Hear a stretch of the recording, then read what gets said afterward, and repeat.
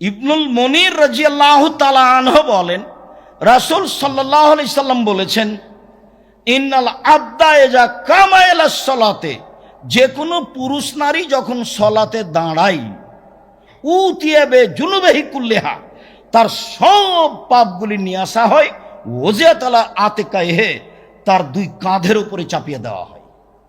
Fayza সাকাত Fayza রাকা আও সাজাদা, যখনই ও রুকু করে সিজদা করে, তো তাহাত্তাত আনহ দুনুবহু, তার সব পাপ ঝরে পড়ে যায়।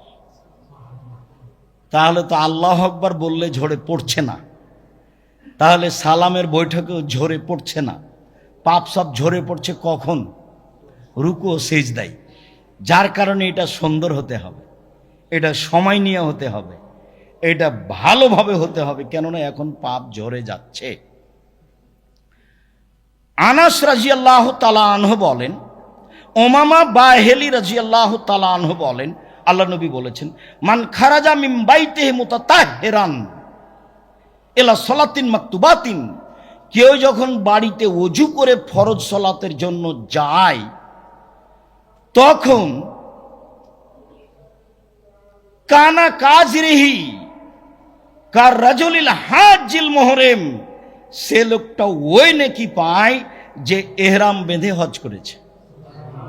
তাহলে বাড়িতে ওযু করে বের হতে হবে, তাহলে এই নেকি।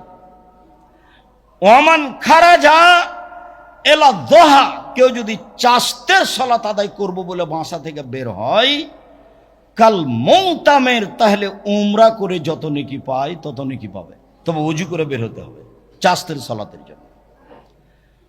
ওয়া সালাতুন আলা আসারি বাদা সালাতুন কিতাবুন আলা লাগওয়া বাইনাহুমা কিতাবুন ফিল লিন, কেউ যদি এক সালাতের পরে আরেক সালাত আদায় করে, দুই সালাতের মাঝে অপ্রয়োজনীয় কথা না বলে, প্রয়োজনীয় ছাড়া অপ্রয়োজনীয় কথা না বলে, তাহলে তার তালিকাটা ইল্লিনে লিখে দেওয়া।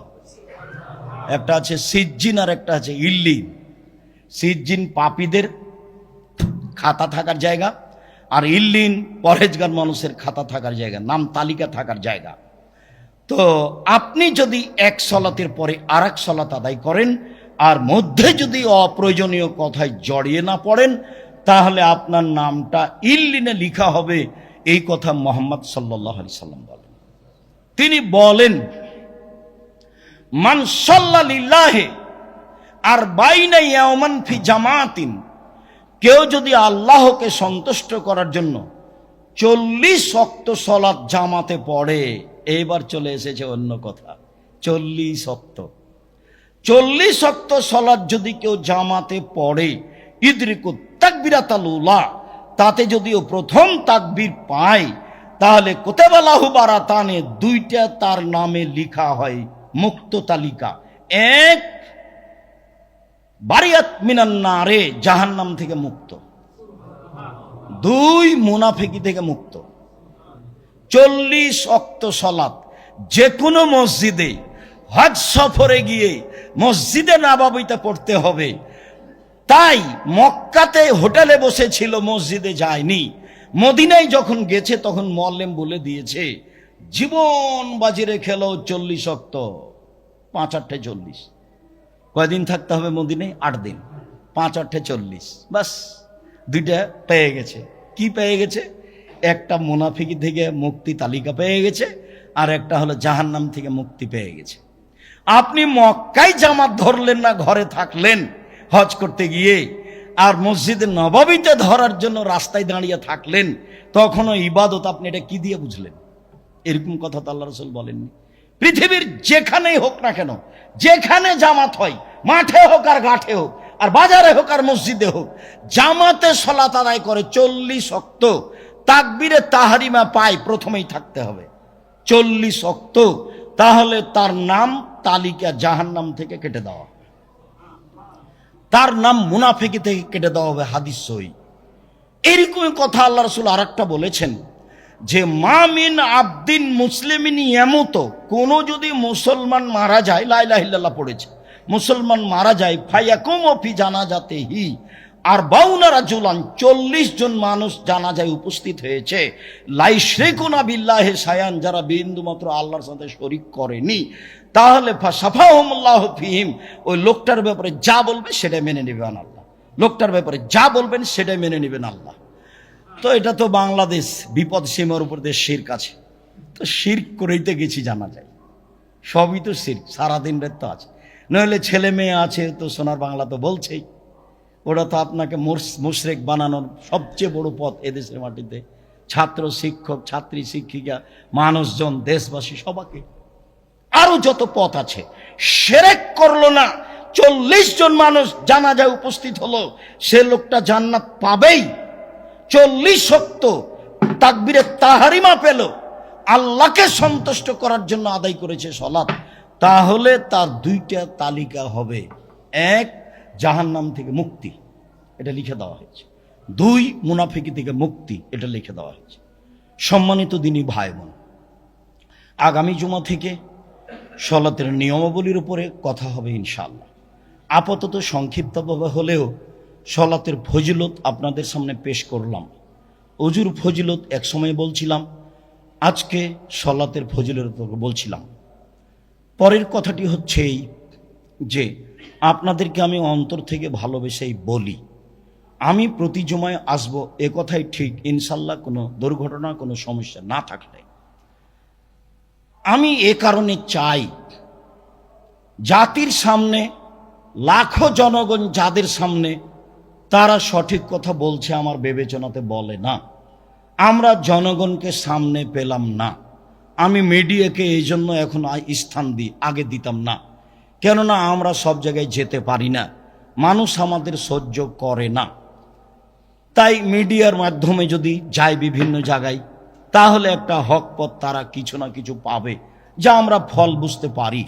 এই মর্মে আমি আপনাদেরকে অনুরোধ করি, জুমার দিন অন্তত ভাই বোন, খালা ফুফু, আত্মীয় স্বজন, বন্ধু বান্ধব সম্ভবপর চেষ্টা করবেন একটু ডেকে নিয়ে আসা। আমি আপনার এবং তার কিছু না কিছু উপকার করবো ইনশাআল্লাহ। যেমন আজকে খুতবার শেষে বললাম যে এই যে 40-এর প্রতারণা দেওয়া হয়েছে হাজিদের, তাহলে এটা হাজিদের জন্য খাস? এটি কি মসজিদের নবাবির জন্য খাস? এটা সারা পৃথিবীর মানুষের জন্য আম, যে যেখানে আছে, জঙ্গলে মাঠে ঘাটে আছে। 3 জন একসাথে জামাত আদায় করবে, সালাত আদায় করবে 40 ওয়াক্ত, বাস। আর 40 দিন এরা ধরে নিয়েছে, 5-8 40 হয়, বাস। 8 দিনের সরকার ভাবে সুবিধা পেয়েছে, 8 দিন কোথায় গিয়ে থাকবে? মসজিদে নবাবিতে থাকবে। ধর্ম তো এমন নয়, ধর্ম তো প্রতারণা নয়। কিভাবে এটা হতে পারে?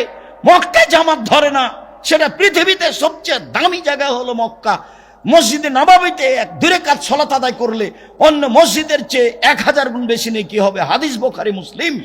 আর কাবা ঘরে 1 ওয়াক্ত সালাত আদায় করলে অন্য পৃথিবীর মসজিদের চেয়ে 1,00,000 গুণ বেশি হবে, এই হাদিস জয়ীফ।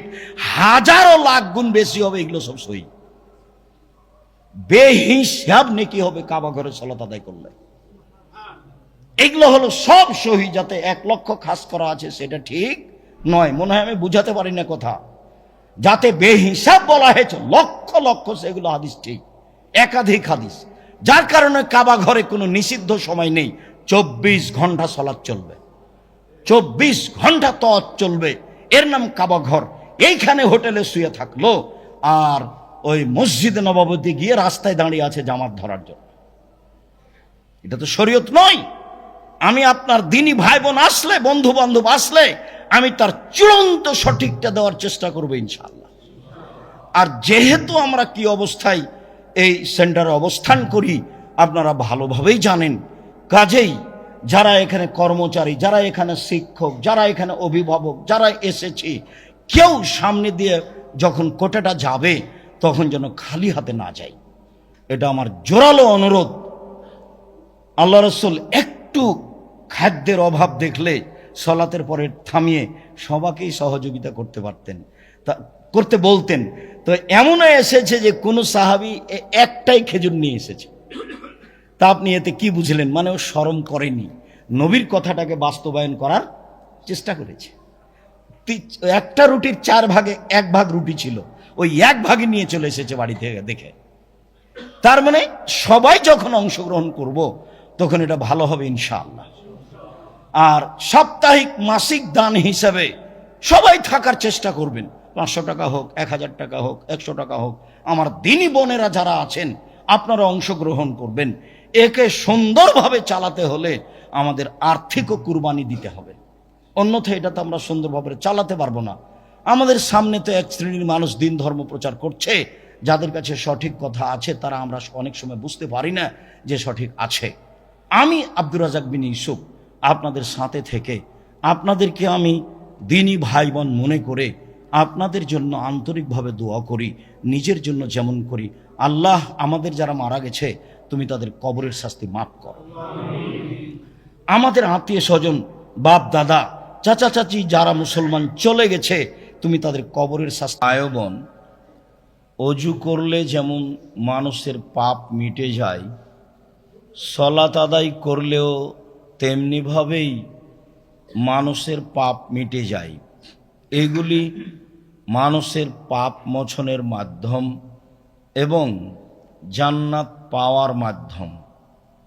আল্লাহ তাআলা মানুষকে সৃষ্টি করেছেন, জিন জাতিকে সৃষ্টি করার পরে পাপ ছাড়াই ইবাদত করতে পারে এমন বান্দা আল্লাহর লাখো কোটি রয়েছে, যাদেরকে আমরা মালায়েকা ফেরেশতা বলে জানি।